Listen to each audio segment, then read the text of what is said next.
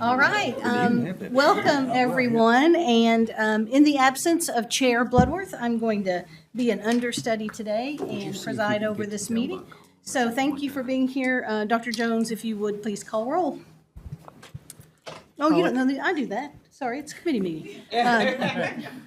Justin Pate. Here. Julie Pyle. Here. Lee Todd. Here. Lou Young is present. Harper Blake. Here.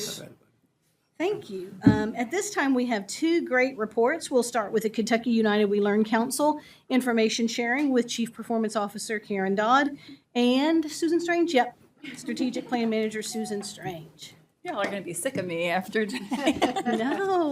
Doing great. We will never get sick of you, Karen. Thank you, thank you. All right, we can, do we have the clicker? Or is somebody running this for us? Do you have the presentation pulled up? Yes. Yeah. All right, so this is just going to be a status update on what's been happening and kind of what's going on with the Kentucky United We Learn Council up to this point. So if you'll go to the next slide, thank you. So over the last 3 years, this is kind of our accomplishments. We've had 2 convenings over the past year. That would be 3 convening. Oh, no, that's right. A 2-day convening and a 1-day convening. So back in October and again in June, we had the town halls, 9 town halls hosted with each of the co-ops. We had over 600 participants in those town hall meetings. We have 22 new council members. As far as continuous stakeholder feedback, we have had multiple surveys, focus groups, reports, and memos that have all come in to provide feedback. We've had 4 prototypes, 4 frameworks, and currently the new assessment and accountability framework model is ready for legislators to review and hopefully approve. Membership applications went out earlier this year. And we had 140 applicants who were interested in being part of the council. We accepted, that says 15, we've actually, it's 14 new members. And Susan is, oh, no, let's go to the next slide first, and then we'll go to Susan. So we had, Jim Flynn was our vice chair. He is now the chair of the council, and Brandy Howard has accepted as the vice chair in this last year of the grant, not necessarily the last year of the council. And with that, I'm going to turn it over to Susan, and Susan is going to talk about how we came up with our new members and how that looks as far as distribution on the council now. Hello. So I want to quickly just walk through the application process. So we had a Google form that was put on the web page for people to access the Cool Council application. After we received those applications and we closed the window, we had asked Cool Council members if they wanted to be a part of reviewing those applications. So we sent the 2 open-ended response questions that are on the application. One of them is, why are you interested in being a part of the Cool Council? And the other one was, what unique perspective would you bring to the council? So those 2 questions were answered by the applicants, and then we took it and made it anonymous and shared it with 18 reviewers from the Kentucky United We Learn Council. And they scored all of those questions on a 1 through 4 rubric. And then that helped us understand, like, of those 2 perspectives, which would be the better applicants on a blind basis there. After we received the scores from that, we went through and we looked at our demographic breakdown, and we were overwhelmed with white female educators on our council.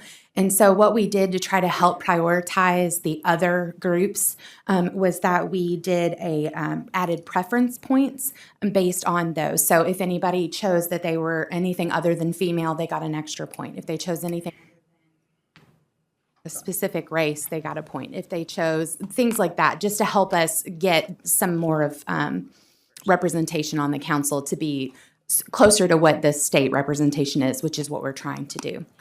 So this first one that I'm sharing with you here is a makeup of the council by stakeholder group. And so now we have a lot of educators, which we showed this is education work, so people are very interested in this, but we have brought it down to 50% with students, family, and community making up the other half. So that was very nice to see. Next, click working on my computer. Next, we have the demographics of council by race. Again, we still have a fair amount of white members. However, we have reduced that number and grown our other races. Okay, and then we're doing demographics of council by gender. So this was, I think we had almost or over 60% female. And so we were able to adjust that number slightly and try to get more of a, what's the word I'm looking for? Balanced. Thank you. More of a balance on the council between the genders. And then the last thing I want to show you is our geographic representation, because that's the last thing we looked at after we got our top 15 finalists, or we looked at where are they geographically represented? Have we hit all of the spots that we need to hit? And so we did add a member to Northern Kentucky because we were kind of missing some space up there. And then, of course, the member over in Western Kentucky area. So the yellow is our new members and the blue were the current members that we had. So the yellow did help us fill some gaps that we had geographic representation for. All right, so next steps we have in January 23rd is our next convening, and we would like to invite board members. On my calendar when I saw Good. this slide. Good, definitely would like to have some board members there, making sure that you don't have a quorum, of course, but would love to have members there. Just let us know if you could let me know or let Glyptosan know. We'll make room for you. We'll have plenty of food for everyone. We're going to have a hot meal this time. And then high school transformation, so that team met this morning, and we're very excited to bring whatever information from the high school transformation to the council and give them a charge moving forward, how they can help that high school transformation team in the work that they're doing. And then the very last slide, we've come up with a new graphic. We felt that the moonshot has hit the landing pad to some degree. And so we came up with these cogs. So United We Learn being the main cog that's moving everything else. So you can see that we've been working on the portrait of a learner, vibrant learning experiences, local accountability, and now moving into high school transformation. So just a new graphic to move forward with. And that is it. Thank you. What questions might you all have for Karen and Susan? All right. Appreciate the update. Thank you so much. Thank you. You are going to help us get right on time. I should note, you may have expected from the agenda that we had 3 presentations, but we will not be hearing from We Lead Computer Science today, Lee. One of the presenters is ill, so we're going to reschedule that for a future meeting. So I would like to invite the team right here in front from Advanced Kentucky to come forward for an annual update. And yes, you guys can have 5 minutes that the others left over for you. So Advanced Kentucky can always use it, I'm sure. Well, thank you, Dr. Young. My name is Mickey Marinelli. I serve as Chief Academic Officer here at the KBE, and I'm just honored to be at the table today with Advanced Kentucky. This is an annual review item, and so they are here today to give an update over the past academic year and some of the work that they have going on currently. I'm joined by Executive Director Aaron Timmons, so I'm happy that Aaron is here, and I'll allow him to get started and introduce the other members of his team. Excellent. Thank you. We are always excited to present to you all, so we were very excited to be here today. We have lots of exciting updates and different innovations that we are taking on. So we'll jump right in. So today you're going to hear presentations from the College Readiness Program, Computer Science Initiatives, and Access to Algebra. So the slide you're looking at now is our team. It looks slightly different than it did a year ago. So last year I was sitting in the College Readiness Program seat, and Anthony Myers was here in the Executive Director role, but he has since been promoted to Chief Operating Officer for the Kentucky Science and Technology Corporation, which Advanced Kentucky is one of its programs. So I've stepped into the Executive Director role. Also changes, Dr. Sherry McGuffin has taken on the role of Manager of Development and Innovation. So she is tasked with seeking out new opportunities to really push what our individual programs are doing. Also, our longtime science director, Lou Ekampora, retired over the summer. So we have a new science content manager, Chris Lacey, who comes to us from Morgan County. who is with us now. So we have various staff in the back of the room. We have others watching probably on YouTube right now. So that's an overview of our team and the changing dynamics as we grow. Next slide, please. So I'm going to continue to present on the College Readiness Program. As you know, the College Readiness Program is tasked with helping to expand opportunities to advance coursework for all students throughout the state. You can see on the map our current participants as well as previous participants from 2008. So we have served 140 schools in those various counties, over 1,400 teachers, 120,000 student enrollments. Qualifying scores, we estimate to have a tuition savings of over $30 million. So you can see our current year and our current year statistics there at the top of the screen. Next slide, please. Oh, I'm sorry, can you go back one? I would also like to point out in the picture, this was from our launch day event, which I would like to extend an open invitation to any board member to attend any of Advanced Kentucky's professional developments events that go on throughout the year in any of our programs. But at launch day, we specifically bring in all teachers that are in the College Readiness Program. We work with them on programmatic elements. We also have content support sessions as well as mentoring opportunities. So in the picture there, you can see, if you look closely, we're talking about this philosophy of high expectations and soft landings. So as we recruit more and more students into advanced courses, we realize that a lot of them, once you get them there, you then need to keep them there and build up that sense of perseverance. So we really look at how do we keep those expectations high, but providing safety nets and different ways to keep them engaged in the class throughout the year. All right, next slide, please. So our metrics from this past school year, you can see up there on the screen. We are very excited about the increase in the number of enrollments. Our enrollments continue to grow. Qualifying scores, the percentage increase compared to previous years have also increased substantially. I feel like a lot of this is due to some of the new AP courses that are being offered, specifically AP Pre-Calculus and AP Seminar as an English 10 course. So it's now attracting more students who otherwise were not eligible for advanced placement opportunities. And the students' success rate is very, very high. We also continue to serve economically disadvantaged and non-white populations. And you can see some notable achievements there that we are very proud of. Specifically the CRP, our College Readiness Program, outpacing the state in increases in percentage of enrollments and qualifying scores as based on the school report card data that just came out a little bit ago. All right. Okay, now my phone went to sleep and started hiding my notes. Hi, I'm Monique Rice. I am the Program Director for Computer Science Initiatives. We are moving toward a section. Let's see, there we go. Here it is. Our program was designed to ensure that students from kindergarten through 12th grade have access to computer science. That includes artificial intelligence and other emerging technologies. We provide innovative professional development to Kentucky teachers with support from the KBE CSIT Academy, the co.org, for which we are a regional partner, KCTCS, which we have partnered to offer additive manufacturing, PD, and others.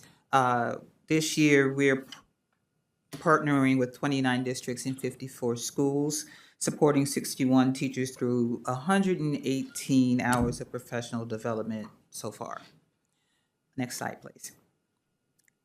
I'm going to emphasize our notable achievements. You notice that we have been training teachers all across the Commonwealth. The approval for computer science allows teachers with other secondary certifications to teach computer science regardless of their initial certification. So we are proud to have helped 162 teachers earn that approval. We've had more than 384 teachers participating in co.org professional learning, 263 teachers enrolled in the first of 3 3D printing courses through our computer science and additive manufacturing program. We had 73 teachers participate in our engineering PD, where we partnered with Kentucky Department of Education, CTE, engineering specialists. That's a lot of words. To revamp and retrain teachers in engineering's 1 to a middle school engineering course. So we had our hands in a lot of things. Things we've done over the past year, we've hosted an AI for Every Teacher online program. That was a series of 4 videos hosted by myself, where I talked about the importance of AI, the pros and cons of AI, using AI in the classroom, and giving teachers time to think about what, if any, AI they plan to use with their students. We also secured funding from the Computer Science Teachers Association, CSTA Kentucky, which is in part managed by us, received a grant that allowed us to create a CS and AI summer professional development for K-5 teachers. We're hoping we can replicate that program. We are talking to CSTA partners in Illinois, Indiana, and Missouri to talk about having a workshop available face-to-face for students in Western Kentucky and the surrounding areas from those states.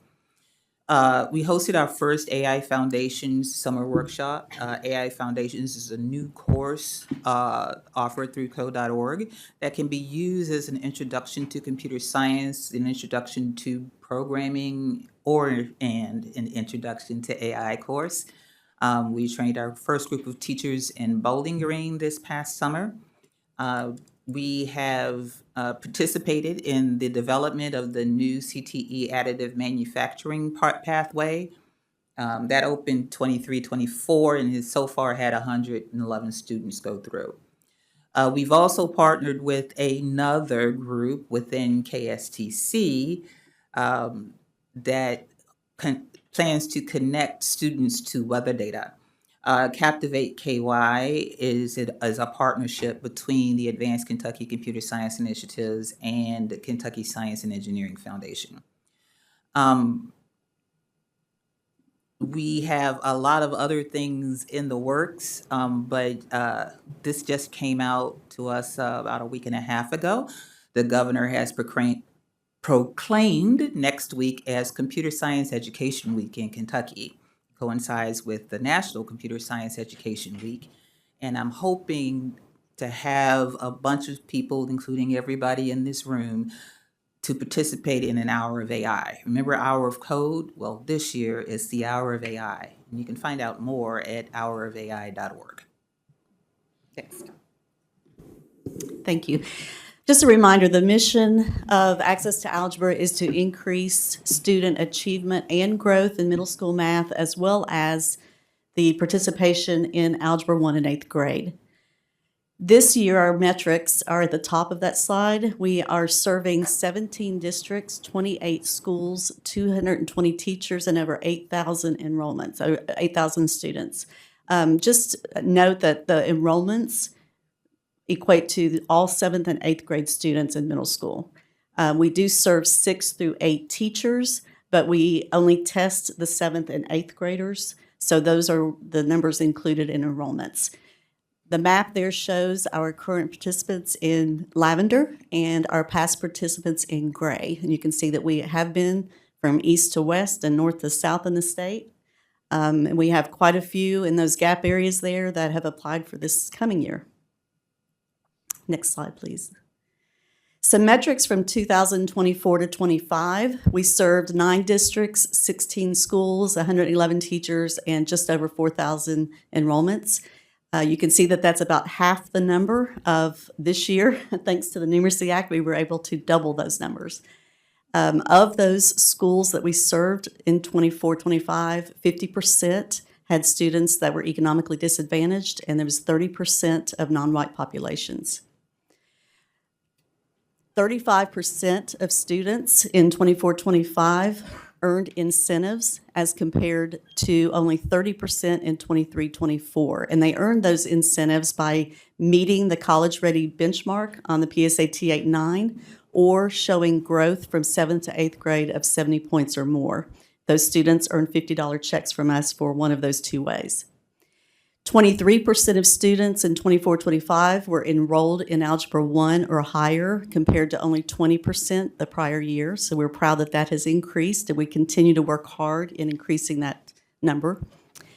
30% of students met the college readiness benchmark on the PSAT 8-9, compared to only 23% in 23-24. And those numbers are 8th graders only. We do have 7th graders that meet it as well, but we only track the 8th grade for college readiness achievement. Due to the Numeracy Act, we have been able to expand greatly this year. We are very thankful for that. As I said before, our numbers have doubled in the amount of schools that we've been able to serve. We have also expanded and created 2 new programs in Access to Algebra. The first is a mentorship program, which was piloted last year. So this is a second year for that. This program continues to support new teachers or those new to teaching math by providing mentors from outside of their district. So we pair up these new teachers or new to the content with veteran teachers from somewhere else, and that teacher will make contact with them throughout the year, both in person and virtually. We send them to math conferences together. They provide resources and ongoing support throughout the school year.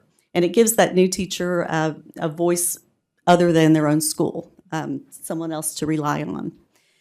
So that has been a very good program that we're continuing to expand. We also have created the Algebra Assist program, which is in its pilot year this year. It aims to empower middle school teachers with the confidence, skills, and community they need to deliver rigorous Algebra 1 instruction. We often see that this is a hurdle for schools to offer Algebra 1. We find that sometimes they don't have the teachers qualified to teach Algebra 1 or reluctant to get that qualification, or just don't have the confidence. And often they're an island because many schools will only have one Algebra 1 teacher available. So this program brings Algebra 1 teachers within our program together, both in person. They meet twice a year in person. They also meet virtually. They have many opportunities for networking and for building that community of Algebra 1 teachers. They're doing a book study right now. They are creating a collaborative resource lessons for other Algebra 1 teachers. So we are real excited about this program and hope it continues to grow.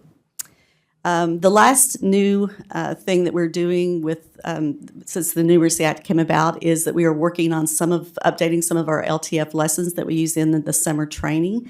We found that with, for example, the calculator lessons, there are some things that need to be updated. So we have contracted with one of our trainers, our LTF trainers, Chastity Lowry, to do some of that work. And she is also our new Access to Algebra Content Advisor. She was a teacher in cohort 1 of Access to Algebra back in 2016. So she's a great example. She later became a consultant, a presenter, and an LTF trainer for us. We believe in empowering our teachers, and we always look for teachers to grow within our program. We like to contract with them in the future and use them, and they become experts and assist the other new teachers in the program. Next slide, please. So that concludes our presentation. Thank you. We're happy to answer any questions. All right. You guys hit your markers on time, absolutely, and that gives us a little bit of leisure to ask questions. I am confident Dr. Todd has at least one to ask, but I won't put him on the spot until he's ready. So committee members, what questions might you have for the team from Advanced Kentucky? I'll go ahead, I guess. So, Yes, yes. We will yield the floor. Yeah, you mentioned near the end about having previous teachers mentor the others. Is that a master teacher type approach to the ones you're teaching now? Will they be expected to mentor others, or are they just going to be teaching, using it in their own classroom? We always look for expert teachers, and when our content managers go into schools, they're in those classrooms all day, and they're looking for good talent, and those teachers are always invited to apply to be presenters and mentors. We have application process, so they are always welcome to be mentors, and we've seen them in the classroom, so we know those that are really standing out as good mentors and veteran teachers. Aaron, our CRP also has a mentorship program similar. I'll say when Annette developed the mentorship program, it was modeled on the college readiness program. And our mentor program, we match mentors with their mentees that are new to AP teachers. And the majority, no, actually all of our mentors are are either current or retired Kentucky teachers. Very, very experienced and effective in the classroom with their AP courses. Many of them have been actual teachers in the college readiness program. I'll also note, even beyond the mentorship program, all of the Advanced Kentucky staff, except me, because I was hired when Advanced Kentucky in 2008, were former teachers in one or more of the Advanced Kentucky programs. So we definitely practice what we preach. My last question is, Yes. do they pay for this to come to you, or do you all cover the cost for them? And do they have somebody cover the replacements in their classroom when they're out training? For the mentors, we contract with the mentors, so they receive stipends and payments for networking and engaging with our teachers throughout the year. So there's no cost to the teachers themselves. Excellent, thank you. Other questions for the team? I would just add, I really appreciate lots and lots of things about Advanced Kentucky, but the commitment to diversifying the population of students who do have access to algebra and access to computer science, artificial intelligence, et cetera, is really important. I was looking for it in my emails between me and Dr. Robinson for a report that just came out last month. Maybe it was ETS, about how important Algebra 1 is as a gateway to advanced coursework. You know the one I'm referring to. Yes. And so that's something I know she's going to bring up and put on our agenda to delve deeper into. It's also really important that we say along with that, that it's good algebra instruction. Yes. That is the gateway to advanced coursework. It's Algebra 1, Orchestra, French 1, Spanish 1 at 8th grade are often the kind of gatekeeping processes that keep kids out of a more advanced curriculum, or they catapult kids into a more advanced curriculum. But when Algebra 1 is done well at the 8th grade, we see really good results. Deep conceptual mathematics, rigorous math understanding, the building of math confidence upon the part of students and teachers who are in that work, really important to the future of kiddos when they hit high school mathematics and certainly as they move on to post-secondary. So always appreciated the rigorous underpinning of the work that you do, but your commitment to access and opportunity for kiddos. Thank you. And we are happy to join in any conversations you all would like to have following up on Algebra 1 in middle school. Thank you. And I also noted this time, just as I'm going to be responsible for giving a brief summary of our conversation, that you guys are really winning at the partnership game. So that Advanced Kentucky is more than the Advanced Kentucky Island that perhaps you were when you started, but really finding ways to leverage partners, including here at the department and other places, to move forward computer science, artificial intelligence, emergent technologies, and certainly Algebra 1 and other math supports and advanced placement, of course. I also really appreciate your conversations around artificial intelligence across the curriculum.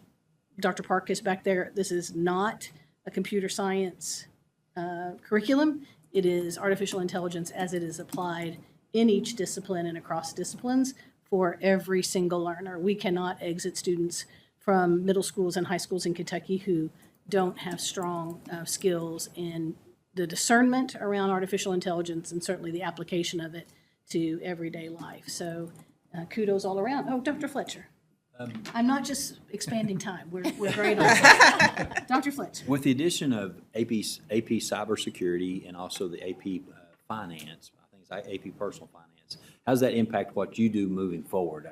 What are you looking at to add in your college readiness program to help students towards those type of classes? Yeah, no, our current funding supports math, science, English AP courses. So with the advent of cybersecurity business principles, we are looking at ways to expand into that CTE quasi field and bringing in more AP support. So we are certainly looking into those further.